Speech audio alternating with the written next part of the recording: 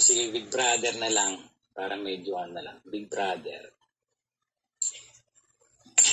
Big Brother, huwag ka masyado. Ako pwede akong, pumunta ka dito, sige, ako, pwede akong magpag-usap sa'yo. Walang problema, walang bastusan, walang. Hindi ako pwede pumunta dyan, sa inyo dyan. Kailangan naman, magpapalapa ba naman ako dyan sa mga tao dyan? Hindi naman ako buwabong patulad mo. No? Ito lang Big Brother. Kung wala kang may butas sa akin, kung yun lang sayaw kung ganyan, huwag kang mag-alala, sabi ko sa'yo. Kung ayaw mo yung sinayaw ko, kung gusto mo talaga yung ipit barya, kasi doon ka lang gusto siguro, pinag-aaralan ko yan. Don't worry. Meron na akong ginawang instructor na yung pole dancing na yun, yung medyo paipit-ipit na gano'n. Huwag kang mag-alala doon. At no, bibitay ka na. Bibitay ka na sunod, kaya nabitin. Wala na silang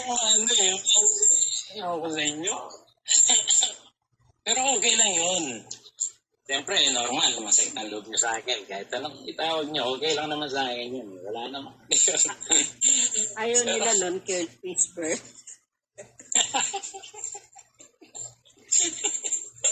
Idol ko. Buti nga, libre nga yun Sa susunod, magpapabayad na ako Kayo naman, Masyado mo kayo. Ayaw nila nun, may commercial. Oo ikaw naman, kung hindi ka man naman bobo talaga, kanya ka natatawag na bobo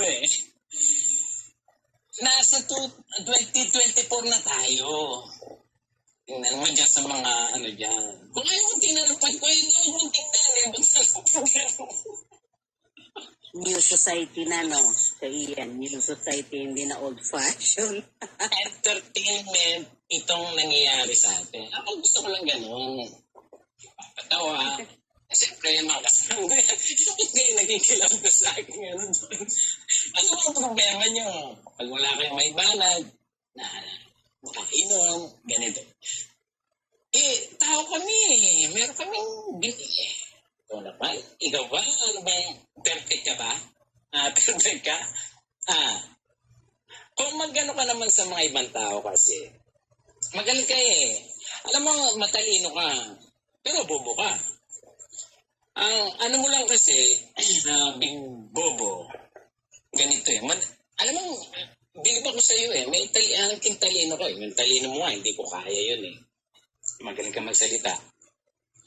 Pero ang problema sa iyo, yung sinasabi mo hindi mo nagagawa Kasi unang-una, nag-a-advocacy kayo. Isasama ko na yan sa Prettinger, no? Ako, hindi ko na masyado inaano sa Prettinger. Tapos na yung advocacy nilang gano'n.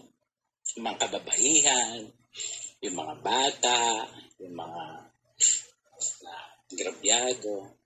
Putsa yung kumuha ka nga batang-bata. Ilang taon ka na bang brother? Sa libog mo ba yan?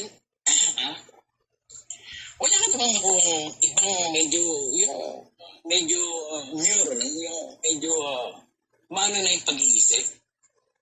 Kailangan mo ba talaga kumuha ang bata? Para ano? Dahil nga malibog ka. Tinatago mo lang. At saka ikaw, ano sasabihin mo? Ako hindi ko magagawa yun. Ang ginagawa ng yung papaitan na yun. Kasi ito niya. Hindi mo nga magagawa dahil nakatago nga yung kulo mo. Kasi gusto mo dito sa harapan ng social media, malinis kang tao. Pero, ikaw tatanungin kita, kahit yung mga taong nandyan, tama ba yun na isang taong kulang-kulang na lang magsi-50 o ng batang-bata? Huwag mo sasabihin, 20 na siya ngayon, pero nakuha mo siya, isang taon na siya. Di ba ano yun? Pedopilia ka ano mo? Anong iano mo sa akin yung pagsayaw ko? Pero ano yung ginagawa mo sa sarili mo? At saka hindi ako nasasaktan doon. Kanya ako nga ginawa yun para sa akin mga kasama. Bagay may detail sa akin nasakit ako doon. sasabihin ni Celia na, di ba nawala ka, ganito. Siyempre nawala ako dahil naglalakbay ako, meron kong ginagawa. Di ba nakikita mo, Celia? Ano ang gusto mo? Manatili ako dito sa social media, nakatulad mo, na walang magawa sa sarili, ang kunganga mo, lagi na lang nandito, nakatutok. Ha?